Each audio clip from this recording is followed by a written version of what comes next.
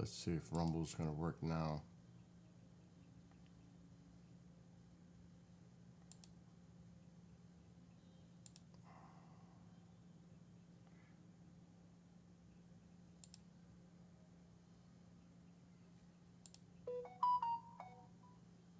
Okay, good. Delete.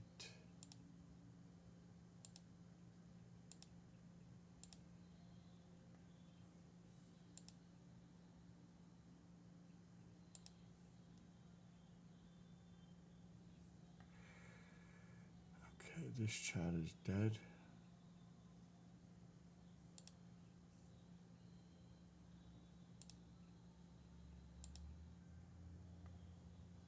This one should work.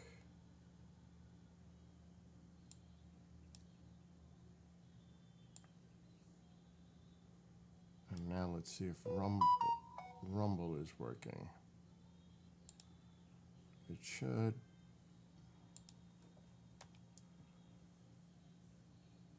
Yep. Now Rumble is working.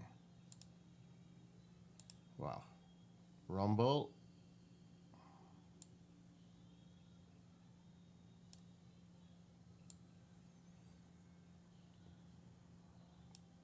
All right, we are good. Testing. All right.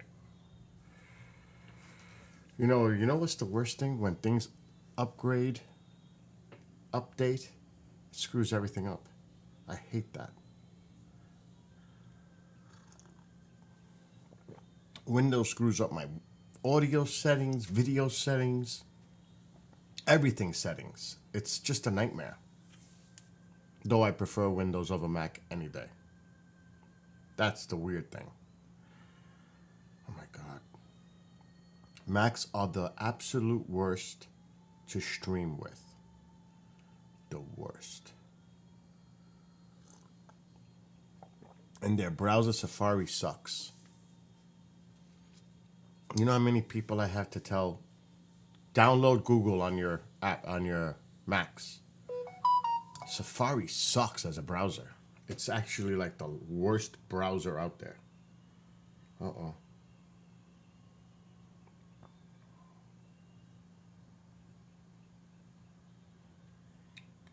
Don't worry about downloading.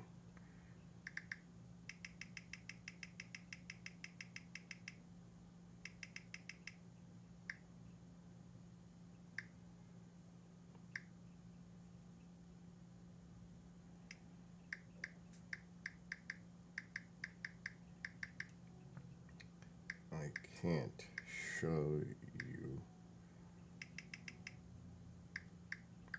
until recording is done.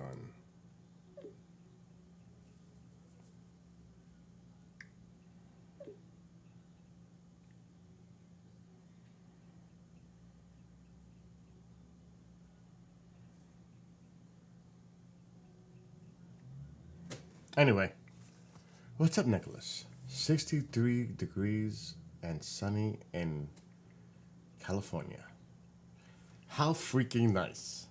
It is 73 here and showers, but humid. Not a nice day. Again, that's why I'm not bike riding. And hello to Amelia.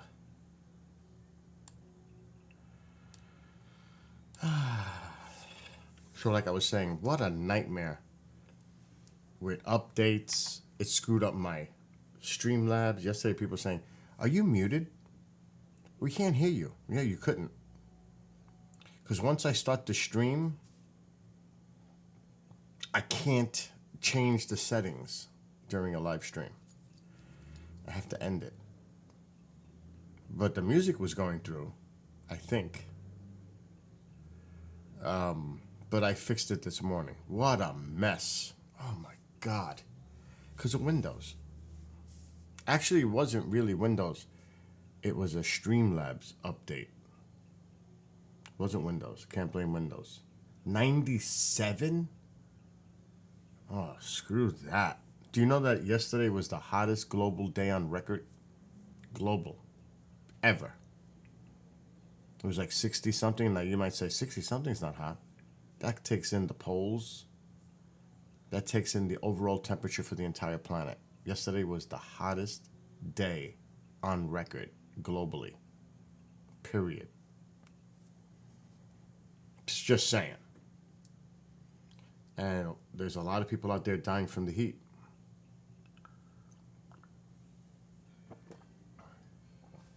A lot. It's not good, this heat. Like now, we're in the 70s and 80s because of the weather. Next week, back to the 90s. And I say it a million times. Up here in the Hudson Valley, where I live, we average maybe 8 tops 90s per year. Anything in the 90s. We're at like freaking 14 already. And now they're already predicting more 90s for next week. We're going to shatter some heat records up here. Forget about the winters. The winters, like somebody said, oh, you can't ride a bike in the wintertime. It's going to be too cold. No, it's not. You're going to have snow. No, we don't. And I can prove it by showing you statistics. It hasn't happened. It's not happening like it used to. I've been living here 18 years. The last bad winter that I remember was 2014. 2014. That's 10 years ago when we had snowstorm after snowstorm. Feet of snow. The snow is stacked 6 to 8 feet high on the sides of my driveway and in front of my house. If I don't get that no more. It hasn't happened. I can show you the temperatures in the last few years. How they've actually, I can show you the temperatures, statistical data temperatures, not talk, data, numbers that show from like 2014 in our winters. It's slowly going up in our wintertime temperatures. We used to be in the 30s, 20s daytime. Now we're in the 40s, sometimes 50s in the wintertime. It's crazy. Last year it was 50, well, this past year. This past New Year's, 52 degrees. January, up here. No way. It should be 35, 37, not 52. So, you know, everybody lives in different areas. You know, the weather is different in your area. I'm saying in my area. And you can ask anyone who lives up here or close by. Now, remember, it also depends on elevation. Obviously, if you live in a higher elevation up here, it's going to be colder. And you're going to get more precipitation, that's snow. But for the low-lying areas, it's been warmer where it's been too warm for snow. And when it does snow, it's wet snow, and it's not measurable snow because by the time the storm is moved out, there's no snow on the ground because it melted. It doesn't stay. It doesn't stick. It melts away. And the reason for that is a lot of the systems are going, the low pressures. Now, this is what makes me crazy because people just don't understand how weather works. And I studied it, and I say it a million times. I can predict weather ahead of time by looking at maps like I did with that hurricane a couple of weeks ago.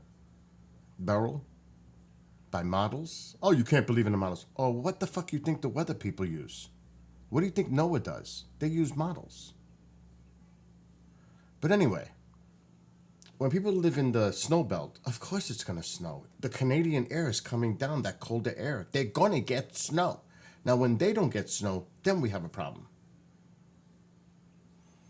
But a lot of these storms have been dipping down to the south, like toward Texas in the wintertime, and then they curve up, and they go up, but they stay to my west.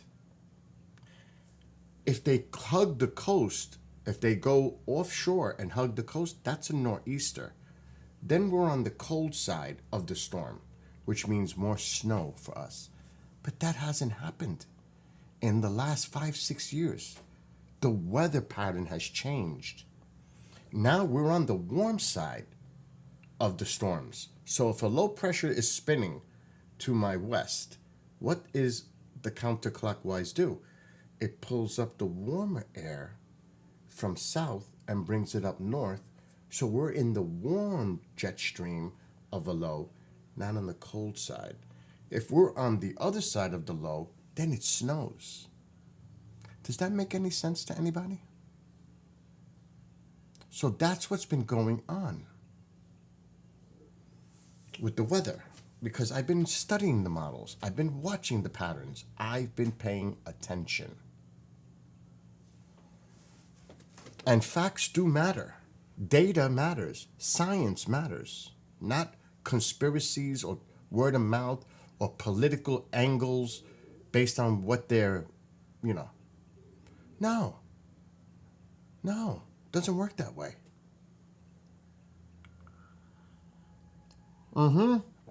Nicholas, exactly. It's like a conveyor belt. Like right now, I can show you a map. I'm in the Hudson Valley, Amelia, in New York, about 100 miles north of New York City. I can show you right now, there's been a high pressure system spinning in the Atlantic. It's been there for like over a month. It's just sitting there. It's not moving. So it keeps bringing up that humid, nasty weather up the East Coast and the warmer air. The fronts that usually come in from Canada to clear out the systems, well, they're not as frequent. And what's happening is a lot of these low pressures are still doing that. They're going up into Canada. And we're getting the very tail end as the system is pushing north and east. We're getting the very tail end of those cold fronts coming through us. Not enough influence, very temporary, because that high pressure is out there and it's bringing up that warm, juicy air. So, you have a lot of people that are in denial for whatever reason. That's fine. Everybody has their own opinions and independent choices to make and all that. We know that. That's what makes us individuals, independent, and our freedoms of having that opinion. But you can't ignore what's right in front of you. What's happening. The only thing that changes it is if it happens to them. When it happens to them, then they go, holy shit, what's going on? And then they'll say, oh, this was just a freak storm, or this doesn't happen often. Well, keep that thought in place. Keep thinking that way. It's so frustrating. It really is. It's very frustrating.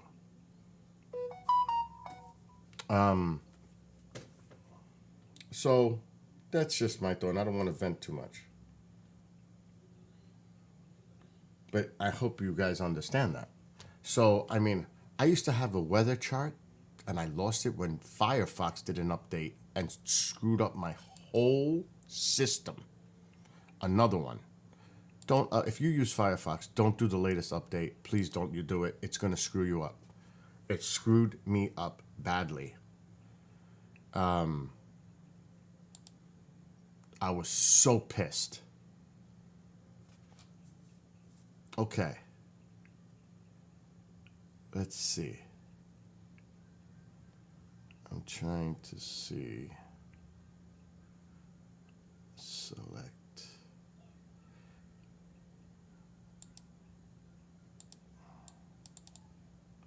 This is the only one I could find. It kind of sucks. All right. Just because this is the only one I could find now. Look at this. Just take a look at this. And then I'm going to get off the subject and play this few games, because I got a meeting in an hour and a half. Oh my God.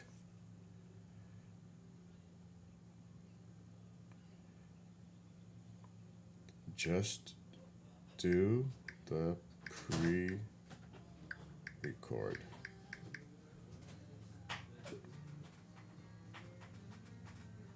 Bill? What, Mom? I want you to look at I'm live right now. I hear you hearing country music. Exactly. I want you to see me singing the hillbilly music. She loves it. All right, man, I'm live right now. Oh my God.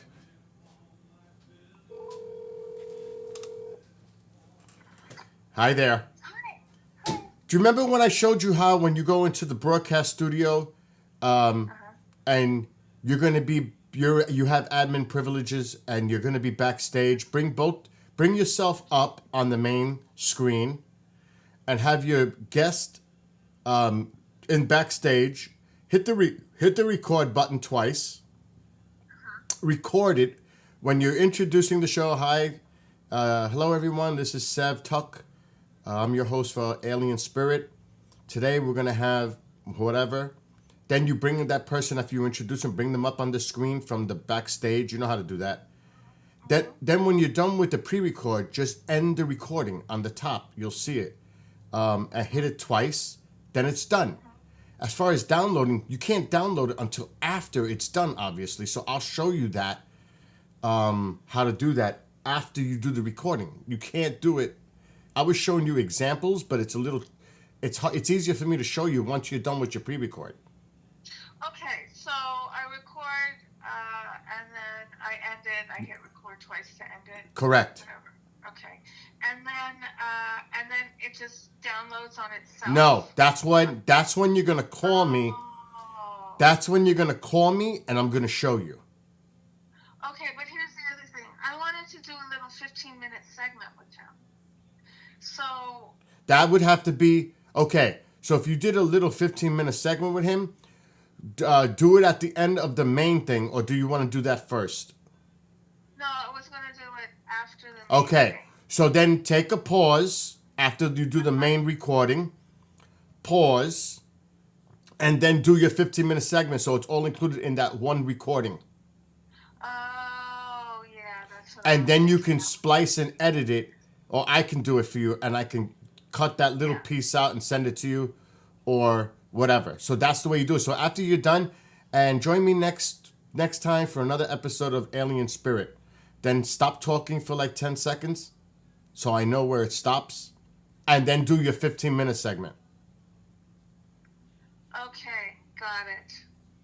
Okay, that's good. And then when I'm done recording, completely done with both, Correct? then should I contact you Yes. to let you know I'm done? Yes. Okay. Call me, and then I'll show you the ropes. Okay. What time are you doing your pre-record today? 4. Okay, so I'm around, definitely. All right, so just call me. Just call me when you're done.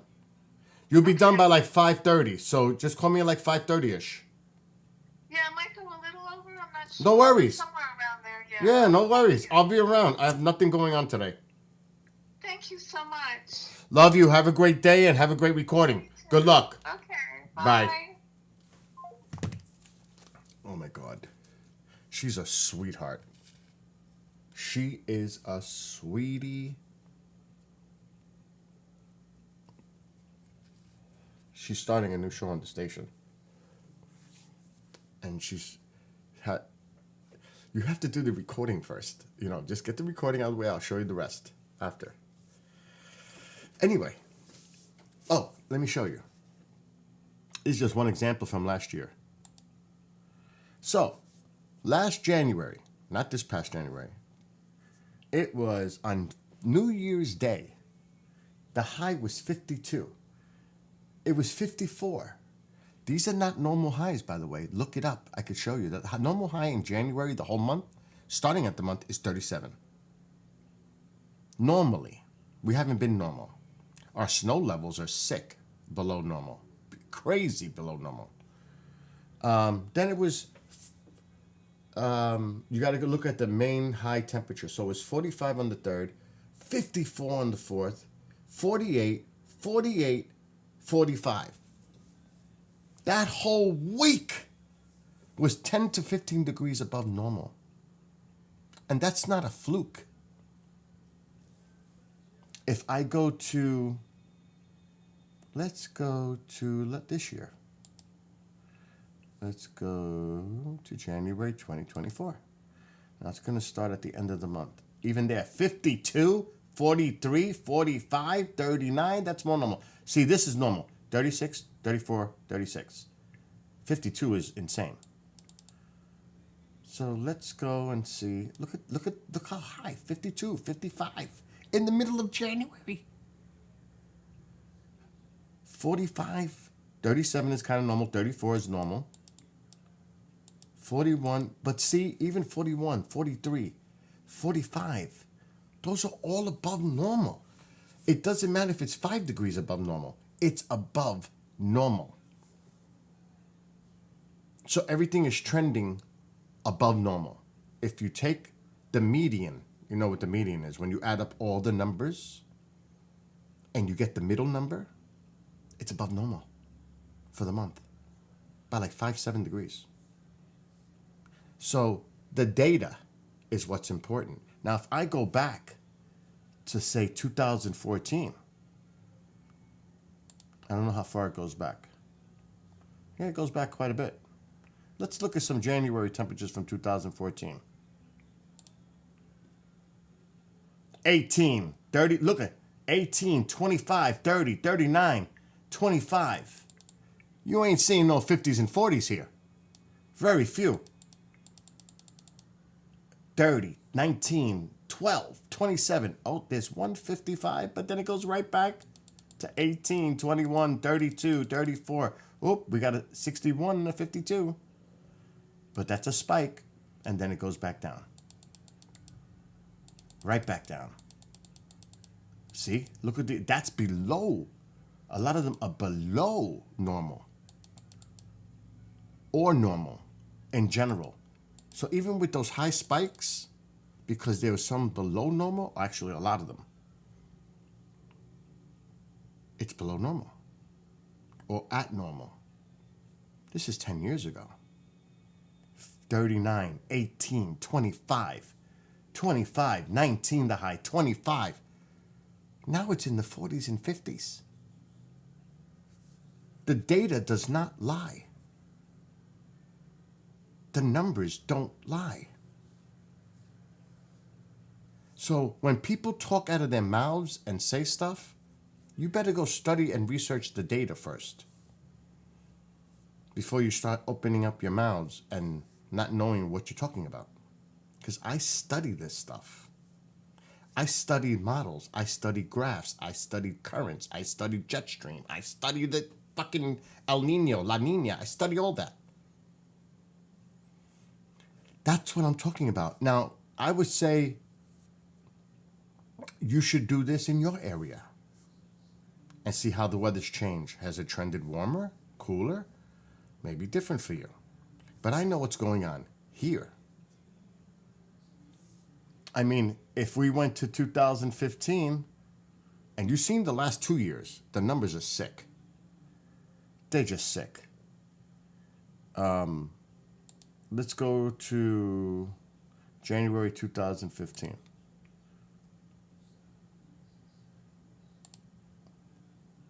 Again, 37, 25, 30, 23, 19 the high, 37, 36, 36. Do you see that? Okay, we got a 41. Wow. We got a 41. 39. That's all average. 25 the high.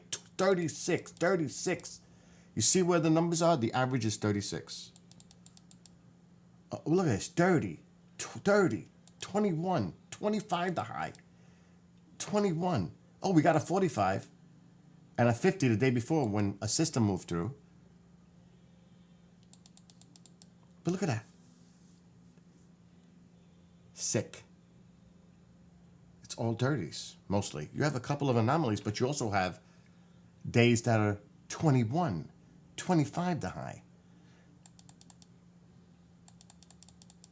21, 30, 21, 30, 36, 36, 25, 34, 39, 27, 36, 41. That's the one I got excited about.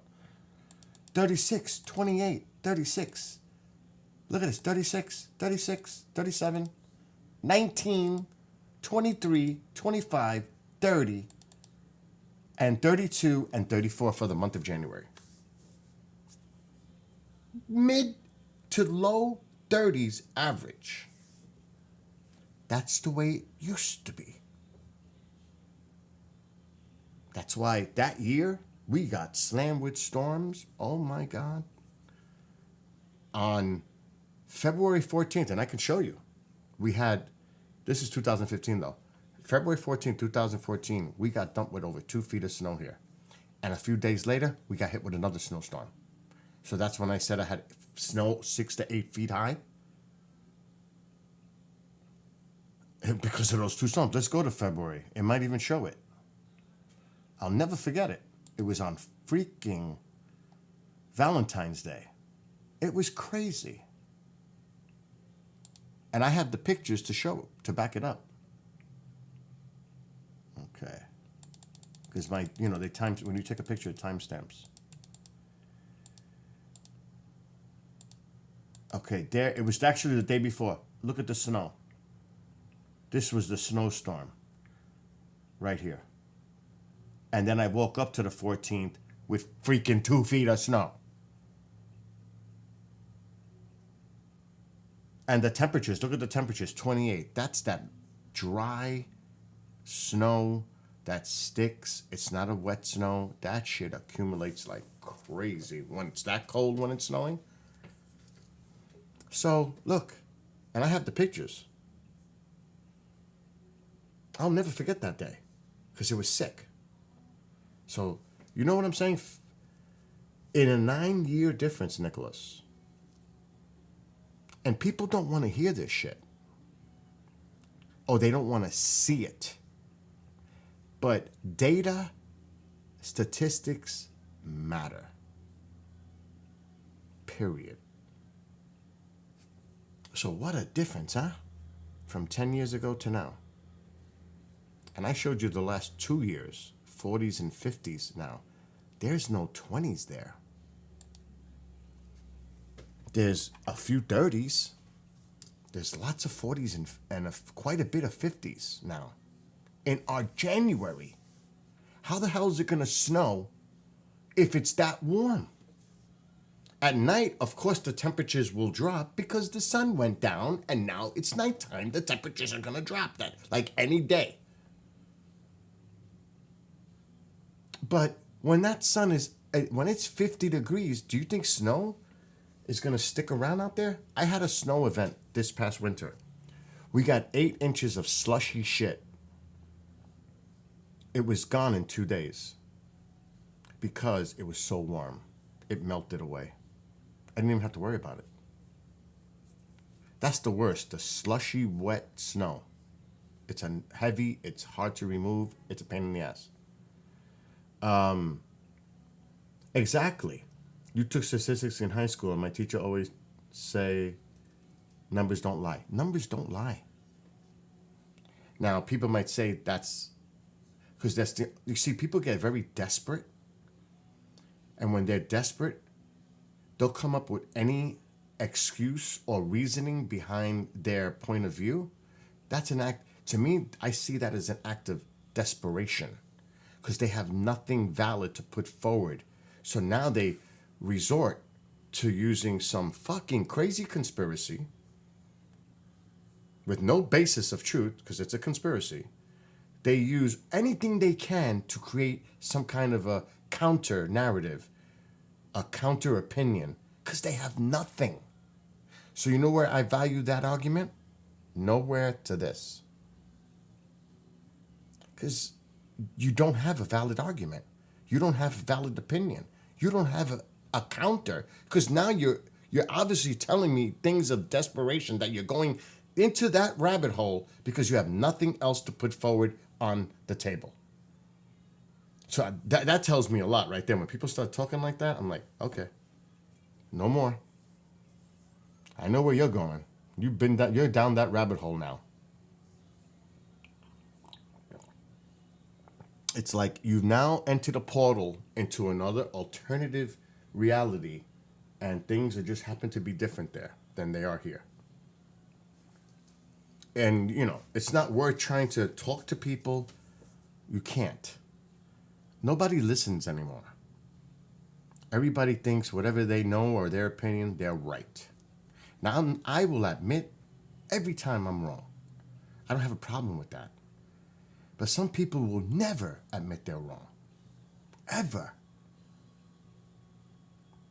Because that opens up a Pandora's can of worms that they were wrong and now they have to own it and they won't. And that's the problem. People talk too much today, but they don't listen. Or communicate with each other.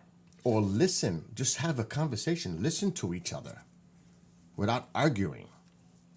Or calling the other person a demon or evil or, you know what I'm saying? We all have a difference of opinions. That's excellent. But we respect. The respect is out the window. I can't stand that. That I remember being able to talk to somebody and, respectfully disagree.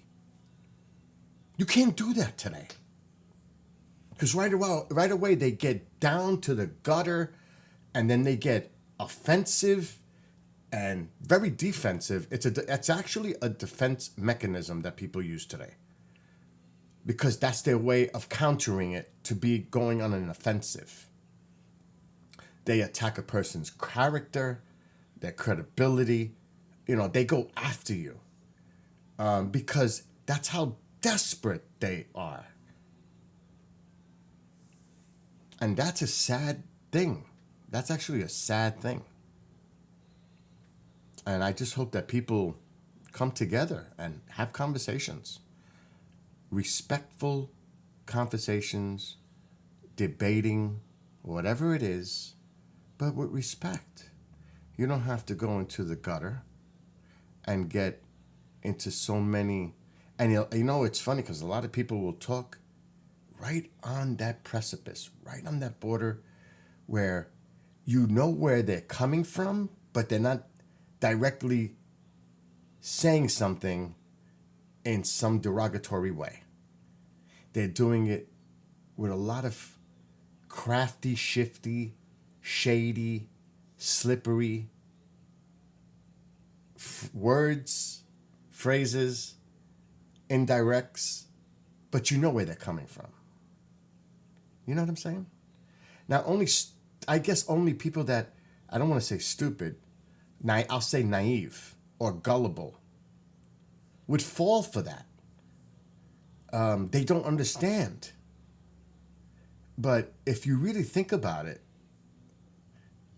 maybe it's because I lived in New York City and I grew up in a diverse community with lots and lots and lots of people and having to learn from an early age to mingle and be in a community of this size, and you have no choice but to deal with people, whether you're in school or on the train or on the bus or whatever. You are surrounded by people all the time. It's not like I can go hide in my house and not see somebody for fucking weeks because I live like here in an area where I don't mingle with my neighbors much.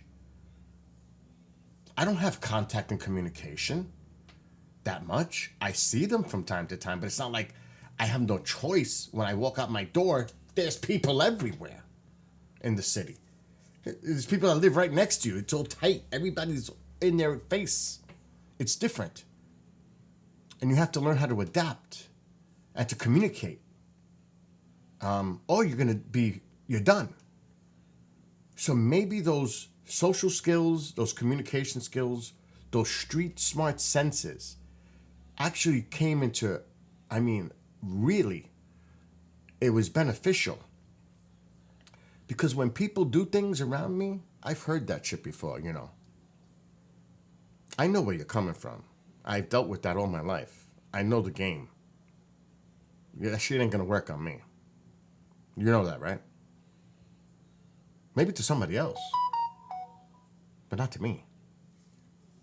You're not gonna push my buttons, because I'll just ignore you.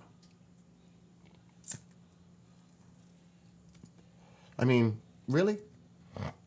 You could tell when people have some kind of a malintent, a malicious intent. You could tell when people are shady, and right away. They may not reveal themselves right away, and the worst part is there are people out there that pretend to be your friend and have that knife ready to stab you in your back. Those are the real snakes that you got to watch out for. They smile in your face, they're all friendly, but they fucking can't stand you. Those are the ones you got to be careful with. It's almost like The Godfather, the keep your enemies closer thing. And you go along with it because they reveal themselves eventually. Or they reveal to somebody else that it comes back to you that they revealed what their true intent is. But you got to be smart. Now, you live in California, Nicholas. I don't know if you live in a big city environment or a small community. Like I said, I went out today. I went to get my medication. I went and maybe I engaged with 2 people. There's nobody outside. There's, it's not like I'm driving by thousands of people or hundreds of people like I would in New York City. I didn't even pass, I'm in vehicles, passing vehicles. I didn't pass nobody walking on the streets. There are no sidewalks here. It's not like that. It's so quiet out this store. There's nothing out there. There's no people walking around. There's no mass transit, no buses. There ain't none of that. So when I go to the store, I didn't even see one person walking. Not one. And the pharmacy's 10 minutes away. Not one. On a sidewalk that doesn't exist. The only people I engaged with was the people in the pharmacy. And I come home, and that's it. So there's very lack of contact with other humans. If I was in the city, as soon as I leave my house, there's people walking on the sidewalks. If I'm taking mass transit, that's a nightmare. Getting on the bus or the train, which I used to do, which is a nightmare. And like, for example, my mom and I, we went to the city to go to an event that Linda Moulton Howe was doing. This was like 6 years ago. Down in the Battery of Manhattan. It was right by World Trade Center. And I took the car, I parked it in the Bronx, in my old neighborhood, and got on the train. And right there, it felt weird being on a train again and being surrounded by people. It felt a little uncomfortable because I'm not used to that anymore. Then when we got out of the train by World Trade, there were thousands of people walking like it was, oh my God, all these people. And it was overwhelming because I haven't lived in the city for close to 2 decades. And I never used to go to the city much, Manhattan. And I'm like, oh my God, it's almost like a shock. And you could get like a phobia. If you're not used to being around a lot of people, it could become really overwhelming. And you're like, holy shit. So it's 2 different worlds, really. It's 2 different existences. So it's 55,000 people. That's still, I live in a big town. But the town is spread out. There's little hamlets and villages in the whole town. And I would say I'm probably equal to what you are. But like here, in my little village, the population might be 3,000. Maybe less. Might be less. In my little area, maybe 3,000. But then it's, you go to another one, there's more people. But there's not a lot of people around me. At all. It's quiet out there. Excuse me. Like, I never see the neighbors on the other side, ever, hardly. Them, I see. My other neighbor that I help all the time, from time to time I see her and her mother. But it's not like a lot of people. So it's different. But getting back to the original thing, data, statistics, numbers matter. And that's why I've been saying it. We're due. We're due. We're due for a bad winter. We are way overdue. Forget about due. We are way, way overdue for a bad, nasty winter. Like 7 years, 8 years overdue.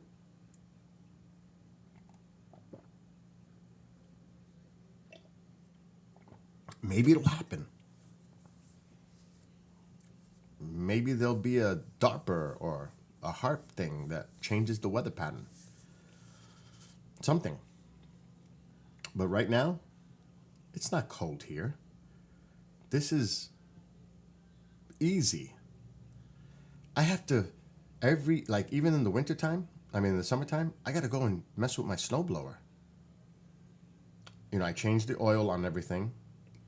The lawn mower, that's a brand new mower now though. Brett has only been used once. Snowblower, anything, all my stuff, generators, I drop the oil, change it, change the plugs. Even though I don't have to, I still tune up my stuff every year. But the snowblower, I got to stay on top of because I don't use it anymore. I used my snowblower twice last year to remove slushy snow because I didn't want to shovel it. Because that's too much. I can get a heart attack. And the worst part of that is the chute for the snowblower, it gets clogged with the ice slushy shit. Snow shooting out of the chute is one thing. When you're trying to do the slush, it just clogs up the chute.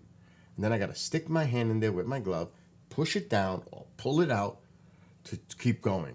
It is annoying. I would rather have snow, dry, fluffy snow, than this wet, slushy shit. But that's what I've been dealing with now. It's horrible. I only used a snowblower twice last year to remove slush. Not snow, slush. So, like I said, and like you said, numbers matter. Your teachers were right.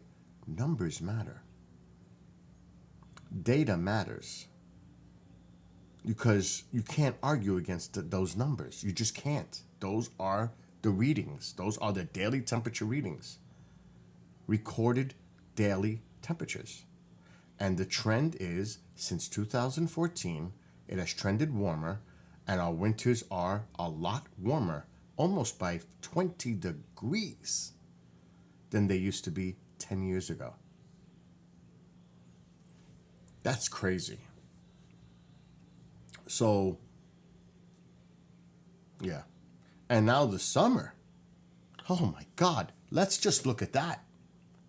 Let's get into the summer. Let's look at summer. Let's go July of 2014. Like I said, we've had like 1490s already. 14. And it's almost the end of July. We still have a whole month. It will turn cooler by the end of August, beginning of September. It has to. It must. Let's go back. Let's go back to the beginning of July 2014. Let's just take a look. Let's count how many 90-degree days there are. Okay, there's one. There's two. There's 3, 4,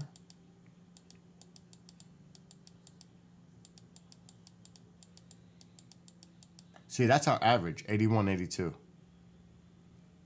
That's like now. It's 73. It'll be like 81 today. So 4, 5, 5 90-degree days 10 years ago. What did I say? 8 per year, 6 to 8 per year, usually like 8. So 6. Let's go to August. We got to go all the way back.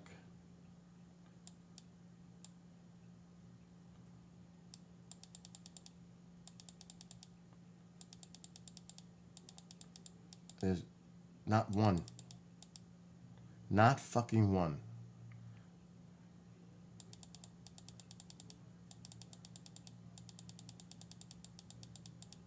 Not one. Yep, there's one. So now we're up to 7. And that's it. 7. What did I say? 8 average a year. 8 90s a year. That's usually like the average that we'll hit 90. We usually are like at 81, 82, 83. We're at fucking 13, 14 right now, 90s. Double. Almost double. It will be double because next week we're going into the 90s again. So, even our summers. Let's look at my weather.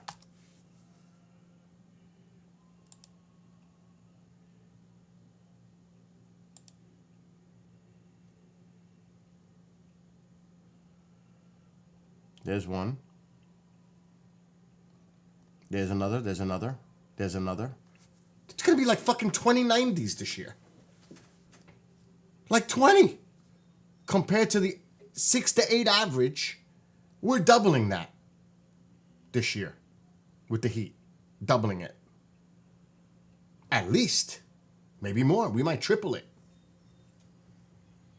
That's not normal. And even these temperatures, 89, 85, 86, 86, it's still above normal. The normal temperature is 83 for August. Not 86. Not even 85. So all these numbers, that's normal. All the numbers mostly are above fucking normal. So even if it's 2 degrees above normal and you add those 90s, we're going to be 5, 7 degrees above normal for our summer. It's crazy. Again, now this is a future forecast, so we can't trust it. Because it hasn't happened yet. So, I'll say that. But the weather is getting crazy. Over the last 10 years, you can look at the data. And it is getting fucking warmer here. Now, I'm talking from me here in the Hudson Valley. I'm not saying where you live. I'm saying for here. With my numbers, it's right there. So, it sucks. And that's just something we're going to have to adapt and get used to. Because the numbers are not trending. And remember, in any trend, in any graph, you're always going to have a dip, but then it goes back up. That's the exception, not the rule. See, people will say, oh, but look, it dipped that 1 year. Yeah, but what is it doing in general? It just, graphs and charts and maps just don't go straight up. There's always some, stuff going on there. But what is the overall trend? That's what you look at, the overall, not the anomalies a year or two, the overall trend for a decade or 2 decades. What is the trend? Well, I haven't even seen, I think 2021 was a dip or average, but basically it's been like this, a little dip and then back up again. So what is that from that point in 2024 to 2014? What is the trend? 10 years. Not good. It's going up. And we cannot deal with this shit keep going up. What's it going to be like in the next 20? If this trend continues, it's a bad trend. You got to deal with drought, extreme weather, the storms, everything changes. And I guess people will learn eventually. They can only keep the wool over their eyes for so long. Unfortunately, it takes a disaster to happen nearby or to them to say, oh my God. Because usually a lot of people wait till something happens to them to wake up. You know what I mean? It usually takes something like that. It takes a traumatic experience for people to say, holy shit, I never thought it was going to be me. I've had fucking tornadoes. New York New York is breaking a tornado record for this year. Look, New York tornado record. And this is fucking rare.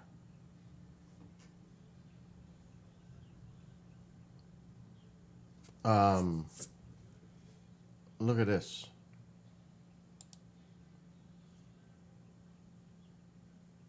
So, New York experienced a record numbers of tornadoes in July. And July's not over yet.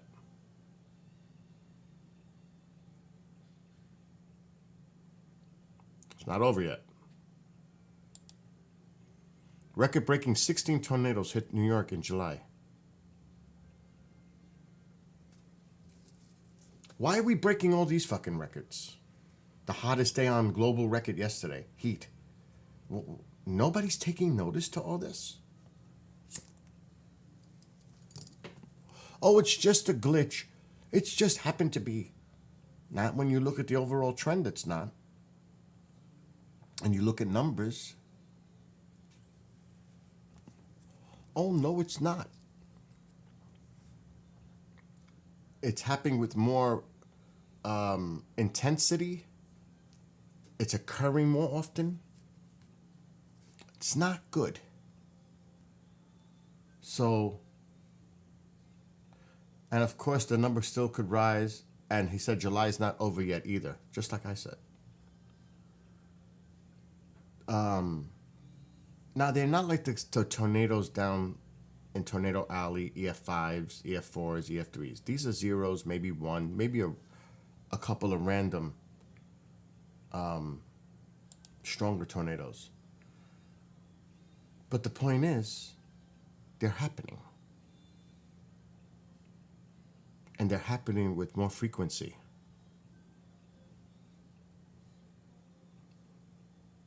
Up here. So, and people will say, oh, but that's just happened. Well, I had a tornado happen here. And when I ride in the park in Chadwick, there was tornadoes that touched down. There's signs for it. In 2019, remember, I said 2014. Things have started changing. Two tornadoes touched down in the park where I go bike riding, 10 minutes away. It's getting fucking crazy.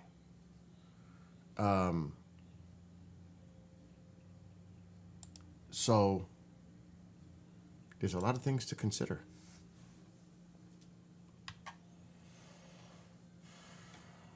Do you know I paid today?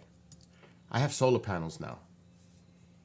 I pay $125 a month for them. You know what my electric bill was today? $33.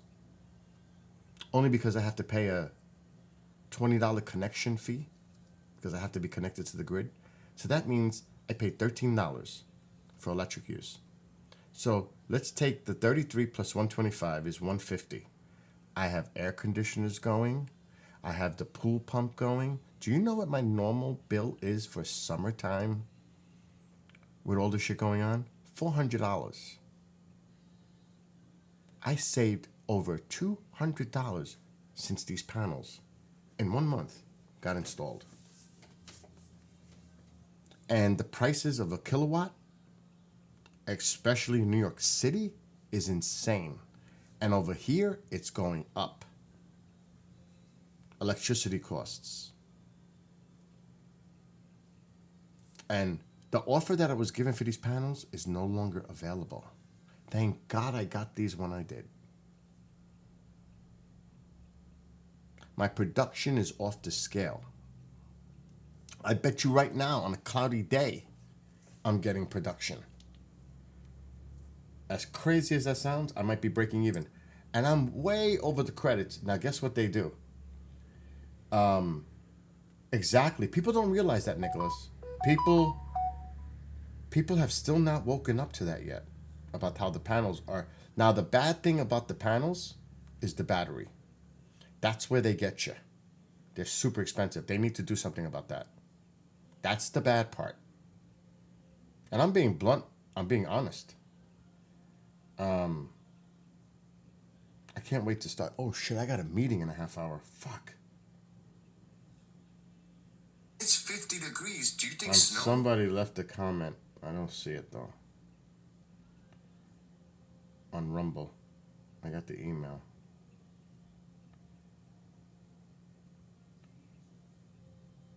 Oh, it's one of those trying to get me to. That's okay. I get that all the time. Like to get banners and stuff. If I wanted banners, I can make a call right now and get one done easy. But I appreciate that, the person that put that in there. But I wouldn't use Discord. Just saying. I don't use Discord.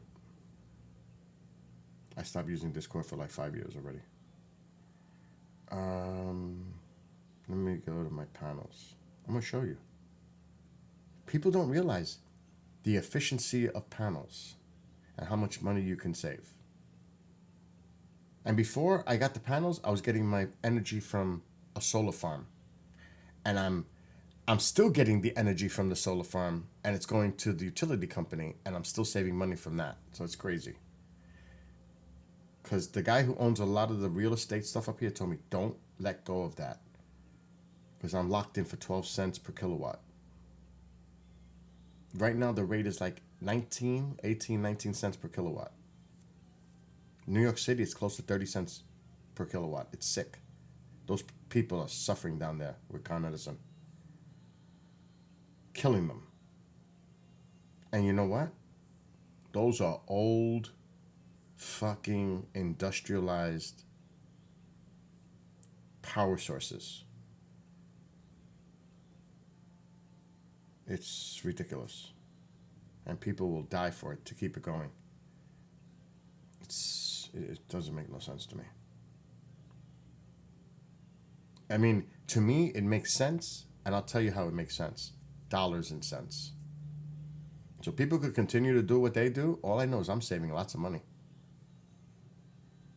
So that's all that matters to me. What people do is their business. What I'm doing, it's working for me.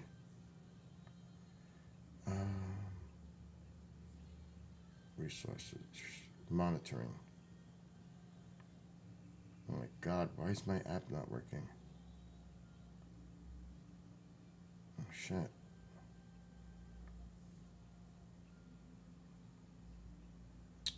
Shit. Project Stages is done. Oh, I gotta sign in. That's what it is. I'm gonna show you on the screen. I have 25 panels. It also increases the value of your home between anywhere from 12 to 17%.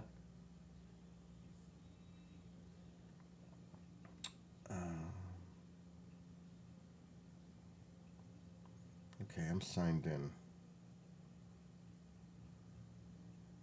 But where is my monitor?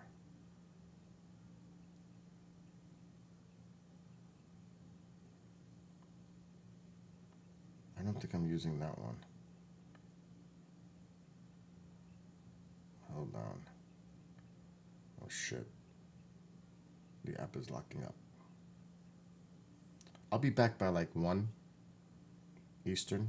I got a meeting in a half hour. Venture, solar. Oh my God, the app is locked up. Go figure.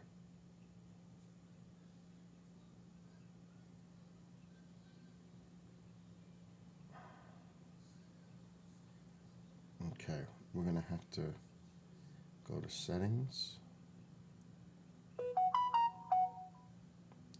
and go down and force stop.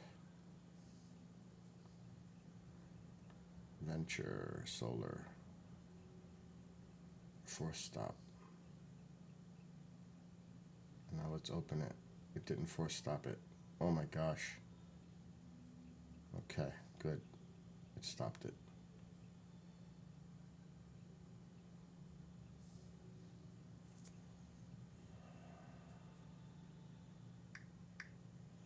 I may have to put the air conditioner on now because it's getting hot in here. It's only 73, but it's humid. That humidity is a killer.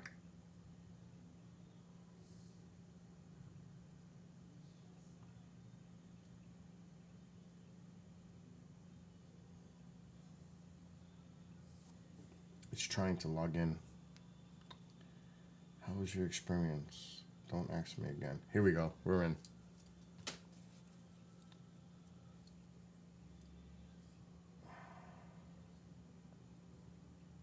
Okay, we need the live feed. Status.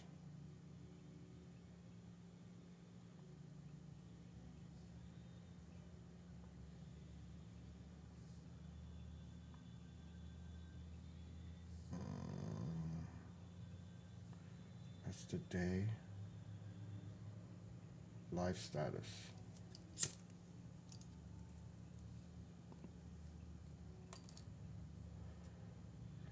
Now it's cloudy. Check this out. Check this out. It's cloudy. Watch this. It's insane. This is a live. I have it tied directly to the solar unit outside. Right now I'm producing on a cloudy day 2.5. Don't mind, not right now. I'm producing 2.5 kilowatt. I am exporting, giving 1.2. I'm consuming 1.2 on a cloudy day.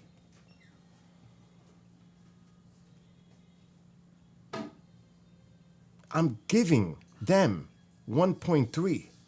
I'm only consuming 1.2. I'm producing 2.4 to 2.5 kilowatts right now on a cloudy day. There's no sun out there right now. It's cloudy, but the panels are still producing. Look at it. That's fact. That's not fiction.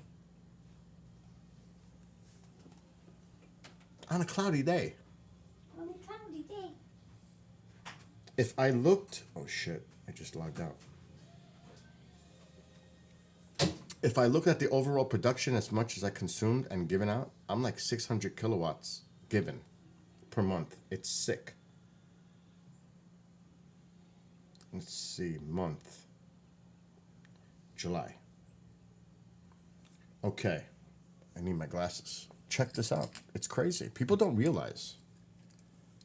And see, New York has a lot of great incentives for solar panels. We're a solar state. California is like that too. Sucks to be you if you're not. You're just not getting in on the deals. So, I consumed 800, in this, remember this is summertime, in the month of July, I consumed 816 kilowatts. But I produced 913. So the net export is a 97.2 kilowatts. So even in the summertime, I'm not using as much electricity as I'm producing and I'm putting out. I'm actually giving them still in the middle of summer with the pool on, the fucking air conditioners on. Look at the numbers. I imported 479. I exported 526. I consumed 816, but I produced 900 and what? I can't see that number. 900 and something? 953 or 63? And I gave them 97.2 kilowatts. I'm in the plus. Even in the middle of summer, I'm not using as much electricity as I'm producing. With the pump on in the pool, air conditioners on, I'm still in the plus. Because I'm producing more than I'm using, even with all this stuff going on with the panels. That's why my bill was $33, 20 of which is a connection fee. Because you have to pay the $20 connection fee. So that means I only paid $13 for my electric bill from the utility company. $13.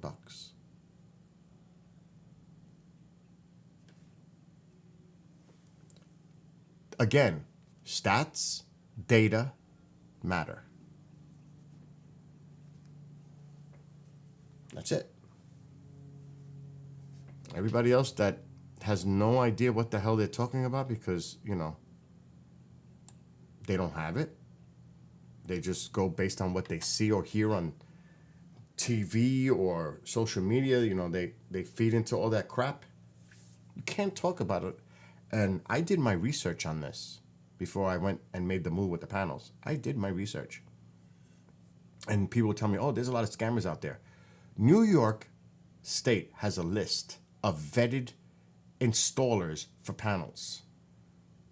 NewYorkState.gov has a list that they recommend you use because their credibility, they're valid.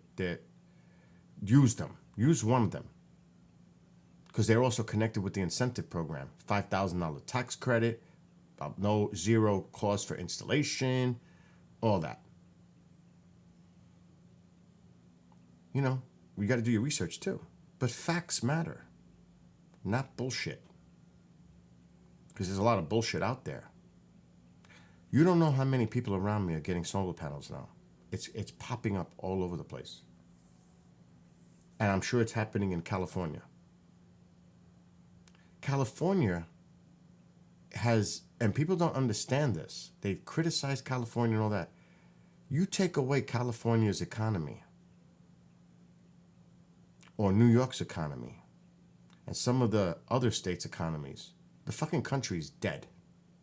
Because a lot of that money, and yeah, the taxes are ridiculous, all that, but we put into the federal pot that other states take from.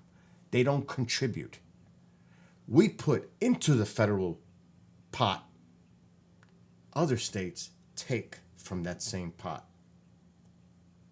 You hardly ever hear about that, but that's a fact. If you hear about states going on their own, that kind of talk.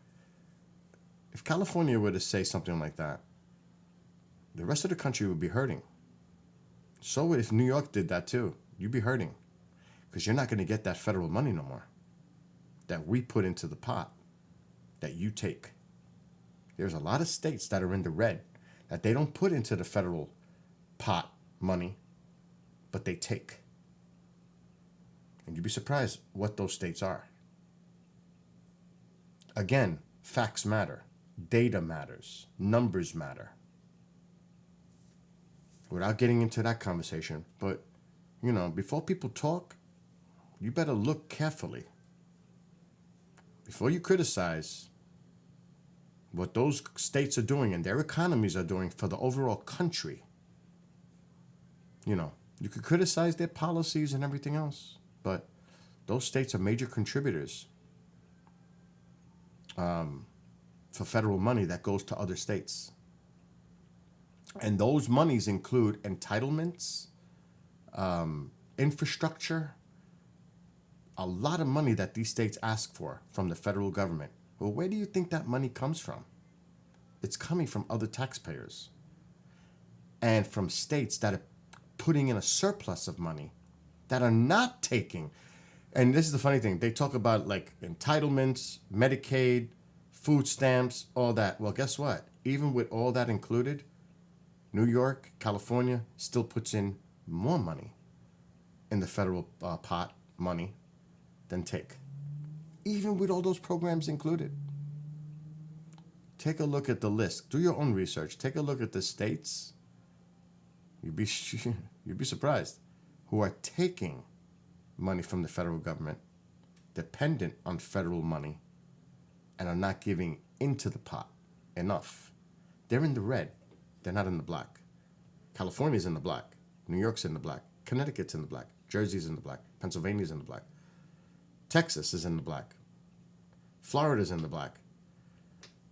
There's a few states, but most of them are blue states, by the way, that contribute more than the red states do. because their individual economies are not the same. See, when people talk, they need to look at the overall picture, not pick and dice. Like New York. Crime is bad in New York. It's the worst. Per capita, per populace, no, it's not. There's over 8 million people that live in New York City. So actually, if you took the numbers by person, New York isn't even up in the fucking top 30 for crime. City. Per the numbers. You know, you want to pick and choose and slice and dice. Well, that can be done in another way too. There's over 8.5 million people that live in that city. So if you took 1 out of 100, or 1 out of 1,000, or 1 out of 100,000, well, let's look at the criminal statistics then, and compared, like I said, per capita, population. The crime is a lot lower than you think. But the media would portray it as being out of control. I lived in the city for 35 fucking years. I know what it's like. You think it's changed? Not much. There's always these neighborhoods, you know, and most of them of a minority. And I'm Puerto Rican. You know, the poverty-stricken neighborhoods. That's where the crime is. The lack of education. The drug dealing. The gangs. That hasn't changed for decades. Decades. That's why it's something needs to change. I have two. One's a principal. One is a teacher. And they went to the Binghamton University to study. And they teach in the city. And this was the policy. Now, I don't know if the policy is the same. If you're a new teacher coming out of college and you're going to go teach in a school in New York City, well, they're on the bottom of that pile.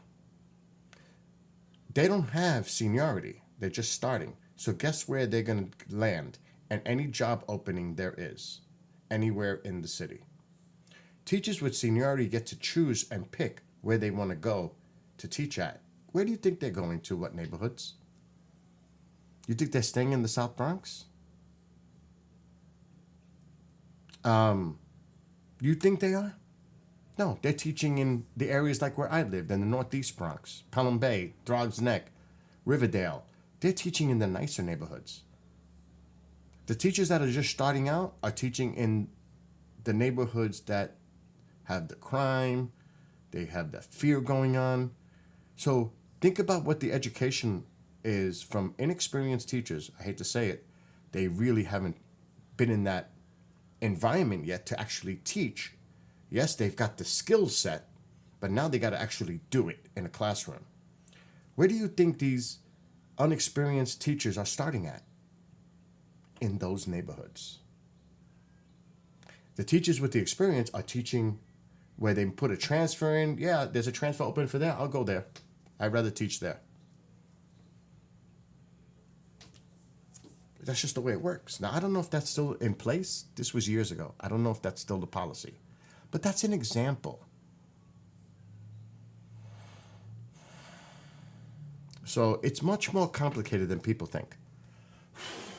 When you were, I hate to say it, but, there was certain neighborhoods. Look, I'll never forget this. I was in my early 20s. My father had a fast food place in Hunts Point. This is South Bronx. I was driving to a Yankee game, so I cut through the South Bronx to take a shortcut.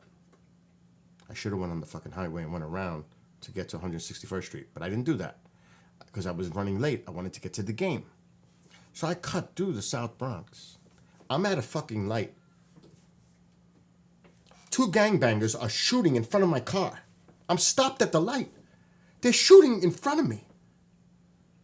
This was 30 years ago. You don't think people got shot innocently back then? You don't think crime was happening in the trains back then? You think that the MS-13s are the only threat? You think that illegal immigrants are the only threat? They're a very, very, very small fraction compared to the fucking people that are out there that have been doing this for decades. Bill, What?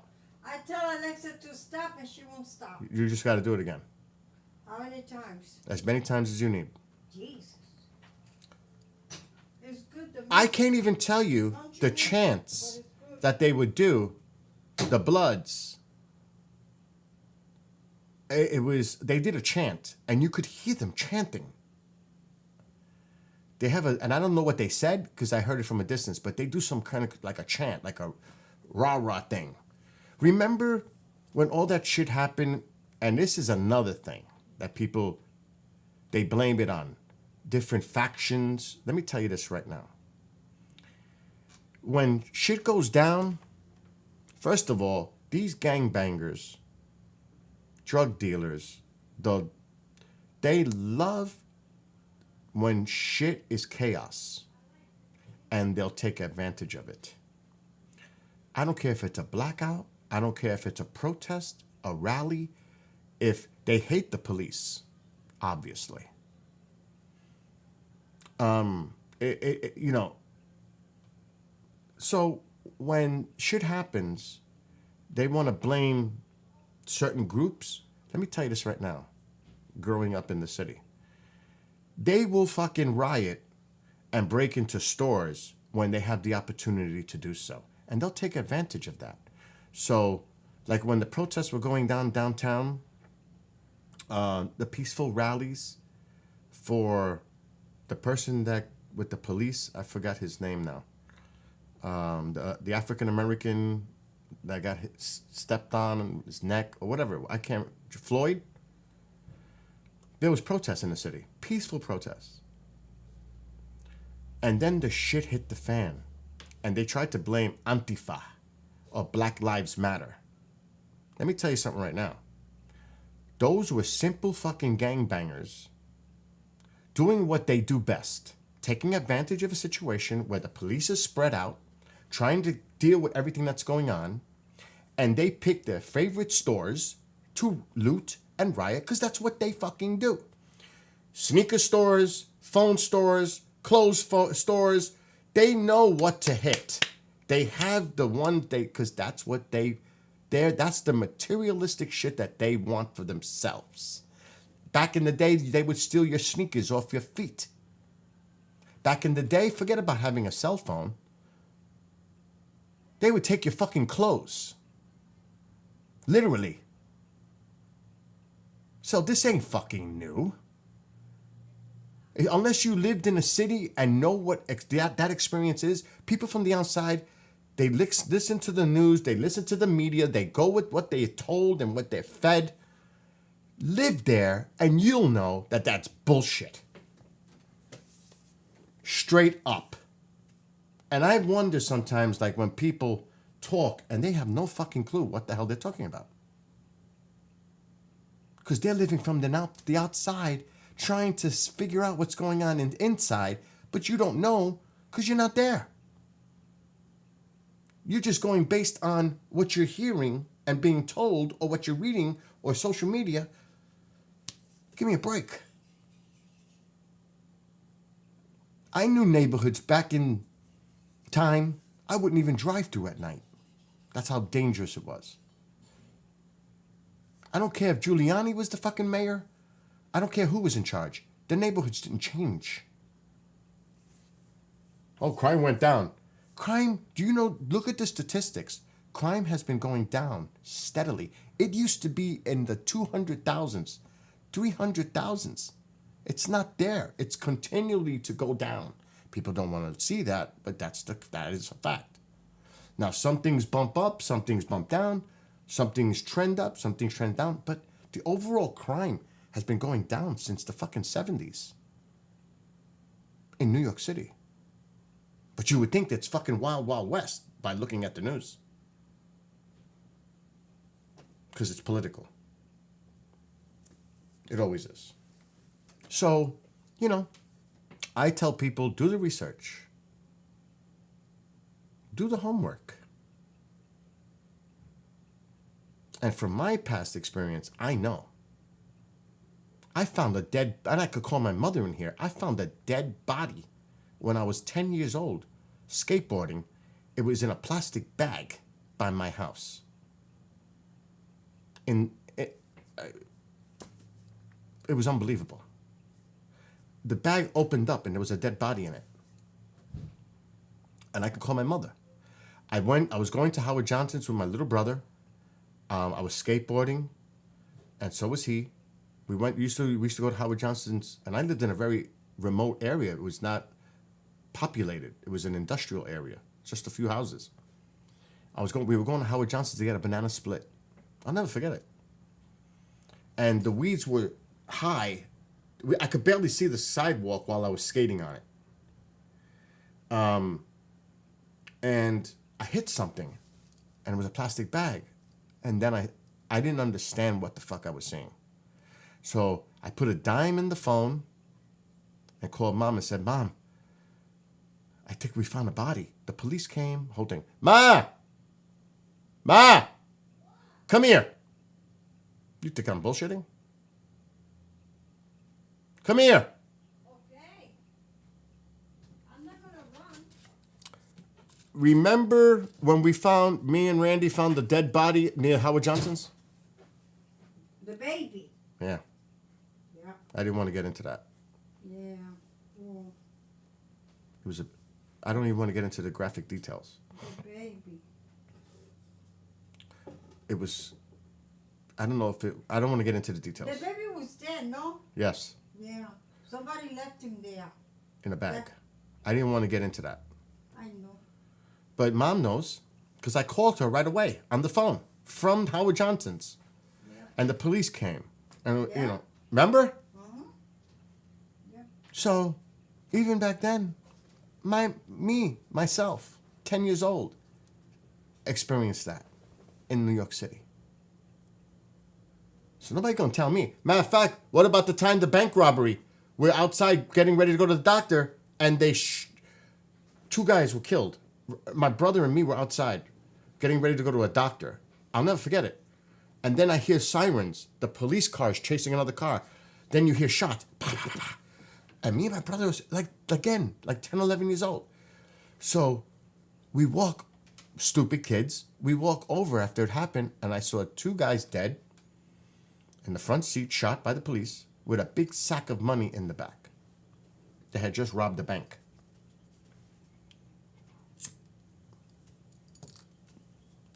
So don't tell me about crime and all that shit, because it's always existed. Always. It's a big city. It happens.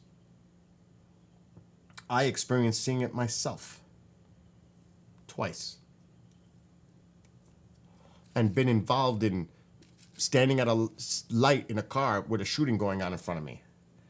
An innocent bystander shooting with gangbangers. It's really drug dealers. And I'm going to tell you, a lot of these kids would rather not be in school, but these older gangbangers recruit them because what did the kids see? Oh, those sneakers, the clothing, fucking iPhone. You sell this for me, you'll have some cash, you'll have some nice clothing. They recruit them. You know what I'm saying? It's a horrible cycle. It's a horrible cycle. So if you really want to get into like what really is going on, that's part of it, and it's not all of it. So people can talk, but they really don't know the actual mechanisms of what's going on in certain neighborhoods. And it's horrible. And the people that live there, it's not because that they're anti-police. They fear for their fucking lives. Because if they snitch and open their mouths, they'll threaten their families. If you talk to the police, we'll kill you, your kids, your family. They live in fear. Yeah, fix my TV. I'll be there in a minute. I got to get off anyway. I got a meeting. So it's a lot more complicated than people realize. Now, my gripe is, and I totally agree with this, the police alone is not the answer. And when President Trump was in office, he did it here. And I wrote him and I praised him for it. I'm just saying, as an example. They came in here to the city of Newburgh with ICE, ATF, FBI. That's when I guess FBI was their friend, and ATF and everybody else. State, local, they came in and they cleaned up that city. They removed a lot of the gangbangers. The MS-13, that's why ICE was involved. They got these fuckers off the streets and cleaned that neighborhood. And it is, in my opinion, that this needs to be done in these neighborhoods as well. It is not social, it's not profiling, it's going into the neighborhoods that are riddled with crime, period. And you know who they are. The police know who they are. Go in while they're sleeping, like they did here, and get them. Take them off the street. I'm sure you're going to find illegal guns, not legal guns, illegal guns, drugs, all kinds of other criminal-related paraphernalia. And that needs to be done. Unfortunately, you have politicians that are against that because it's like they're targeting the minority community. Well, these are minority neighborhoods. The facts are the facts. Something needs to be done to clean up these areas and get rid of these criminals, period. It doesn't matter what neighborhood it is. You got to go in and do it and get rid of that element. It is what it is. These people live in fear. You think they're going to go and seek the help? They're not. Another thing that's needed more is community policing, like it used to be when I was younger. A police officer that was a beat cop and walked the neighborhoods and communicate with the people within the neighborhood and talk to them and have them build a relationship with them. Not that they just drive up in a car, jump out of their car with guns drawn and have that aggressive approach to it where people are like, what the fuck? No, you have to create some kind of communication within the community. The beat officer, it was so important because it established trust. Somewhat. So there's a lot of dysfunction. There's a lot of things that could be done to make it better, in my opinion, being from the city. No longer, I've been up here for 18 years, but from my personal experience. I remember the police officer that used to walk the neighborhood, say hello to him, and, very friendly. And that's the kind of communication, that's the kind of relationship that you want to have in your neighborhood. Because if you have that trust and bond, listen, I'm having a problem, officer, with these kids. Really? Tell me about it. What's going on? That conversation will never happen. Never. Voluntarily from people reporting the violence that's going on in their neighborhoods. Because of the fear of the retribution by these gangbangers and these criminals that they're going to go after their families or them. But if you have an officer that you feel, you got a relationship with and you're going to be more open in the communication and dialogue, then there's a chance that you might learn something. That's just my philosophy, and that's my opinion. And it worked in the past, and I don't know what's going on now, but that needs to be done more. And I'm done ranting. Now I got to go to a meeting. I will be back in about an hour. But it's complicated. This is not something that's black and white. There's a lot of gray. There's a lot of different areas that need to be approached for this stuff. It's not a simple answer. There's a lot. It's complicated, to say the least. But that would be my starting point. Definitely, from my personal experience and observing and living there.